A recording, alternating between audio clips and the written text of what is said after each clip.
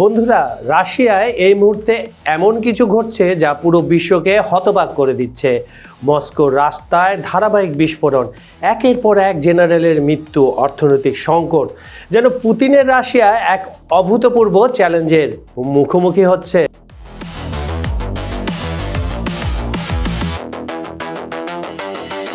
শুধু গত কয়েকদিনে 3 জন রাশিয়ান জেনারেল নিহত হয়েছেন মস্কোর মতো নিরাপদ শহরে কার বোমা হামলা। কেন? আর এর সাথে রাশিয়ার অর্থনীতি, ইনফ্লেশন 9% ছাড়িয়ে গেছে, সুদের হার 21% পর্যন্ত উঠেছিল, আর রুবেলের মূল্য দিন দিন কমছে।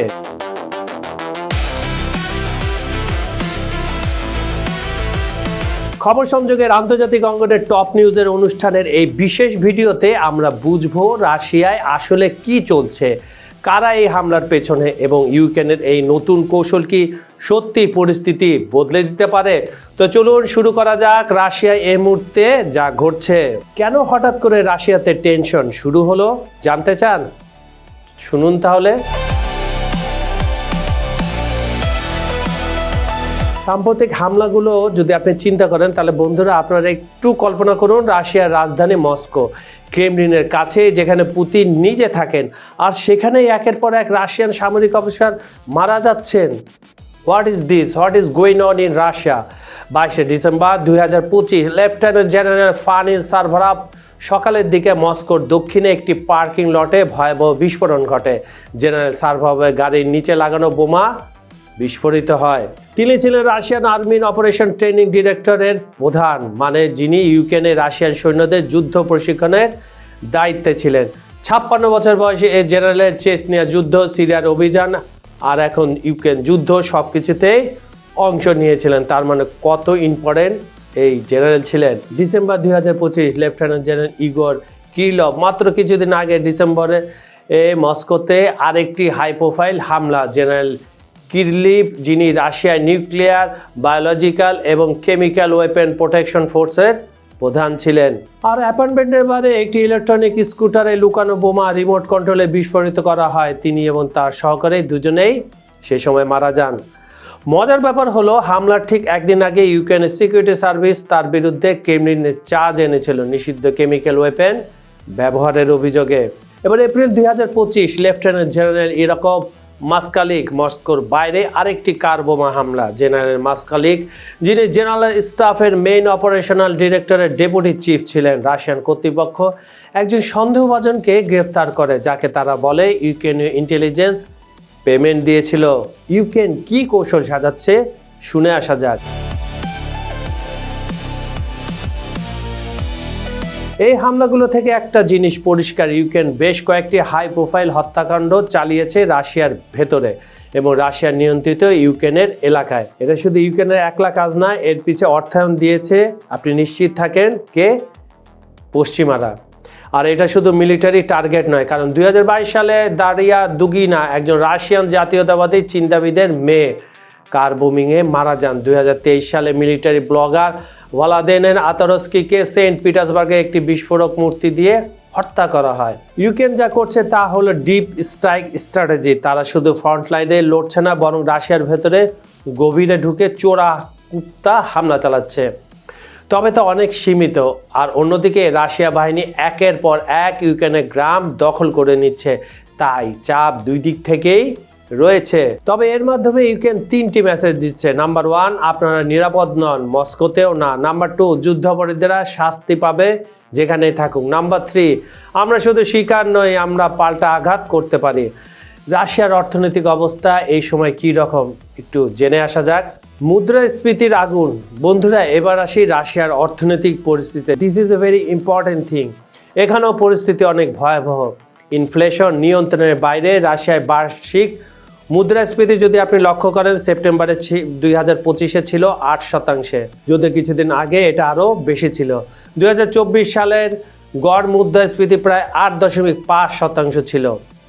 এর মানে কি? মানে সাধারণ রাশিয়ার মানুষের জীবন কঠিন হয়ে যাচ্ছে। খাবারের দাম, ফুয়েলের দাম সবই ধীরে ধীরে বাড়ছে।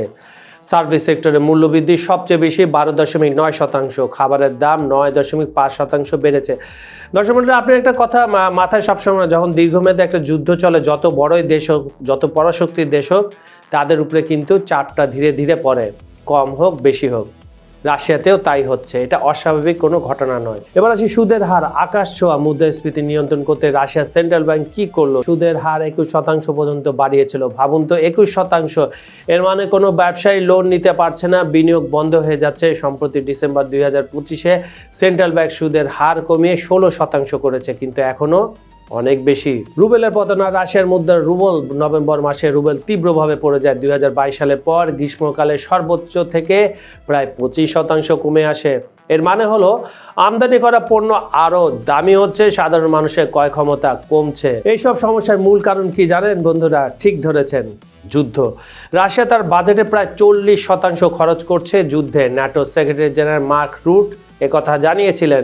2022 থেকে 2024 পর্যন্ত রাশিয়ার ফিসকাল স্টিমুলাস ছিল জিডিপি 10%-এর বেশি। এত বিশাল খরচ কোনো অর্থনীতিতে দীর্ঘমেয়াদে সামলাতে পারে না। তবে পুতিন এখন পর্যন্ত সেটা সফলভাবে চালিয়ে আসছে। আর এর ফলাফল সরকারি চাকরিজীবী, শিক্ষক, ডাক্তার, পুলিশ তারা সবচেয়ে বেশি ক্ষতিগ্রস্ত হচ্ছে। তাদের বেতন সরকারি মুদ্রাস্ফীতি হারের সাথে একেবারে বাধা, তাই 9%। কিন্তু অনেক পরিবারের জন্য আসল মুদ্রাস্ফীতি হচ্ছে 20%-এর বেশি। শান্তি আলোচনার কি অবস্থা জেনে নেওয়া যাক। দর্শকরা জানতে চান? চলুন জেনে আসি। শান্তি আলোচনার নামে তো নাটক হয়, তারপরও আপডেট কি একটু দেখে আসি। এখন যুদ্ধের 3য় বছর শেষে 4র্থ বছরের দিকে ঢুকছে, আর অন্যদিকে শান্তি আলোচনা চলছে, কিন্তু আসলে কতটা সম্ভাবনা আছে? মায়ামিতে আলোচনা। রাশিয়ার একজন দূত বলেছেন, যুক্তরাষ্ট্রের প্রস্তাবিত শান্তি পরিকল্পনা নিয়ে আলোচনা গঠনমূলকভাবে এগিয়ে চলছে। ডোনাল্ড ট্রাম্পের স্পেশাল এনভয় স্টিভ উইটকফ এবং জামাই জ্যারেড কুশনার ডিসেম্বরের মায়ামিতে রাশিয়ার প্রতিনিধিদের সাথে দেখাও করেছেন। একই সময় উইটকফ ইউক্রেনীয় এবং ইউরোপিয়ান প্রতিনিধিদের সাথেও আলাদা বৈঠক করেছেন। তার মানে দৌড়াদৌড়ি কিন্তু কম নয়, একবার রাশিয়ার দিকে যাচ্ছে, একবার ইউক্রেন, একবার ইউরোপ, আমেরিকা মাঝখানে গোলক ধাঁধায় পড়ে গেছে। কিন্তু ট্রাম্প যে করে হোক এই যুদ্ধটা থামাতে যাচ্ছে। আর উভয় পক্ষে বলছে আলোচনা প্রোডাক্টিভ, কিন্তু রেজাল্ট কোথায়? কিন্তু পুতিনের শর্তগুলো কি? কিন্তু সমস্যা হলো কি জানেন? পুতিন তার ম্যাক্সিমালিস্ট দাবিতে অটল। মানে পুতিন আত্মবিশ্বাস প্রকাশ করেছেন, কেননা ব্যাটেলফিল্ডে তার অবস্থান অনেক শক্ত। একের পর এক গ্রাম দখল করে নিচ্ছে ইউক্রেনের মানচিত্র ধীরে ধীরে সংকুচিত হয়ে আসছে। যে ক্রেমলিন তার সামরিক লক্ষ্য অর্জন করবে যদি কিয়েভ শান্তি আলোচনায় রাশিয়া শর্তে রাজি না হয়। রাশিয়ার দাবিগুলো কি? নাম্বার 1, ইউক্রেনের অধিকৃত অঞ্চল রাশিয়ার অংশ হিসেবে স্বীকৃতি দেওয়া। নাম্বার 2, ইউক্রেনের ন্যাটো সদস্য পদ বাতিল। এটা তো হয়ে গেছে, আর যাবে না, জেলেনস্কিও বলছে। নাম্বার 3, ইউক্রেনের সামরিক সক্ষমতা সীমিত করা। এটাও আলাপ আলোচনা চলছে। ইউক্রেনের জন্য এসব মানা প্রায় অসম্ভব। ট্রাম্পের কয়েক মাসব্যাপী শান্তির প্রচেষ্টা মস্কো এবং কিয়েভের মধ্যে তীব্র পরস্পর বিরোধী দাবির কারণে বারবার ব্যর্থ হচ্ছে। আর ইউরোপের ভূমিকা? এদিকে ইউক্রেনকে সমর্থন অব্যাহত রেখেছে। ইউরোপিয়ান ইউনিয়ন নেতারা সম্মত হয়েছেন আগামী 2 বছরের জন্য ইউক্রেনকে 90 বিলিয়ন ইউরো প্রদান করতে হবে, কিন্তু যাবে এটা ইউরোপের পকেট থেকে। কিন্তু রাশিয়ার যে যত্নকৃত অর্থ, সেখান থেকে তার টাকা তারা নিতে পারছে না। এবার রাশিয়ার উপর অর্থনৈতিক চাপ অব্যাহত রাখতে কাউন্সিল রাশিয়ার বিরুদ্ধে অর্থনৈতিক নিষেধাজ্ঞা আরও 6 মাসের জন্য বাড়িয়েছে 31 জুলাই 2026 পর্যন্ত, যদি এর মধ্যে যুদ্ধটা না থামে। বন্ধুরা, এই যুদ্ধ কতটা রক্তক্ষয়ী তা বুঝতে হলে সংখ্যা দেখাতে হবে। রাশিয়ান ক্ষতি 2025 সেপ্টেম্বরে ব্রিটিশ গুপ্তচর প্রধানের অনুমান অনুযায়ী প্রায় 1 মিলিয়ন ক্ষয়ক্ষতি, যার মধ্যে 2,40,000 নিহত। এটা অবিশ্বাস্য। 10 লাখ সৈন্য, এবং এটা শুধু সরকারি হিসাব, প্রকৃত সংখ্যা কম বেশি হতে পারে।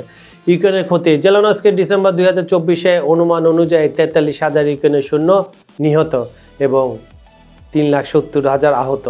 অবশ্যই এই সংখ্যা নিয়ে বিতর্ক আছে, কারো কারো মতে এটা কয়েক লাখ হতে পারে। ফ্রন্ট লাইনের পরিস্থিতি কি? যুদ্ধক্ষেত্রে রাশিয়া ধীরে ধীরে এগিয়ে যাচ্ছে। ডিসেম্বর 23 তারিখে ইউক্রেনের ডিফেন্স ফোর্স এবং রাশিয়ান সৈন্যদের মধ্যে 110টি ছোট ছোট যুদ্ধ সংঘটিত হয়েছে। এখন প্রশ্ন হলো, রাশিয়া কতদিন এই যুদ্ধ চালিয়ে যেতে পারবে? বিশ্লেষকরা বলছেন ক্রেমলিন আরও কয়েক বছর এই ঝড় সামলাতে পারবে বর্তমান লড়াইয়ের গতিতে এবং বিদ্যমান পশ্চিমা নিষেধাজ্ঞার মধ্যেও। তার মানে পুতিন এগুলো সব আগেই প্ল্যান করে রেখেছে। অর্থনীতি নিজেই সেই চূড়ান্ত খড় হবে না, উটের পিঠ ভাঙবে, মানে বলছেন মারিয়া সাগোভোগা, একজন সিনিয়র ফেলো। এটা বিপর্যয় নয়, এটা ম্যানেজযোগ্য। কিন্তু সমস্যা আছে, রাশিয়ার অর্থনীতি অতিরিক্ত গরম হয়ে উঠেছে, চাহিদা সরবরাহ ছাড়িয়ে যাচ্ছে এবং অর্থনৈতিক কার্যকলাপ অস্থায়ী হারে বৃদ্ধি পাচ্ছে। সব মিলিয়ে পিকচারটা একেবারে পরিষ্কার। রাশিয়া এখন একসাথে 3টা যুদ্ধ লড়ছে, যুদ্ধক্ষেত্রে ইউক্রেনের সঙ্গে, নিজের দেশের ভেতরে নিরাপত্তা ও স্থিতিশীলতার বিরুদ্ধে, আর অর্থনৈতিকভাবে সময়ের সঙ্গে। মস্কোর ভেতরে একের পর এক টার্গেট কিলিং দেখাচ্ছে, ক্ষমতার কেন্দ্র আর আগের মতো অজেয় নয়। অর্থনীতিতে চাপ বাড়ছে কিন্তু এখনও ধসে পড়েনি। This is the positive sign of Putin. আর শান্তি আলোচনা সেটা আপাতত সমাধানের চেয়ে কৌশল আর সময় কেনার খেলায় বেশি।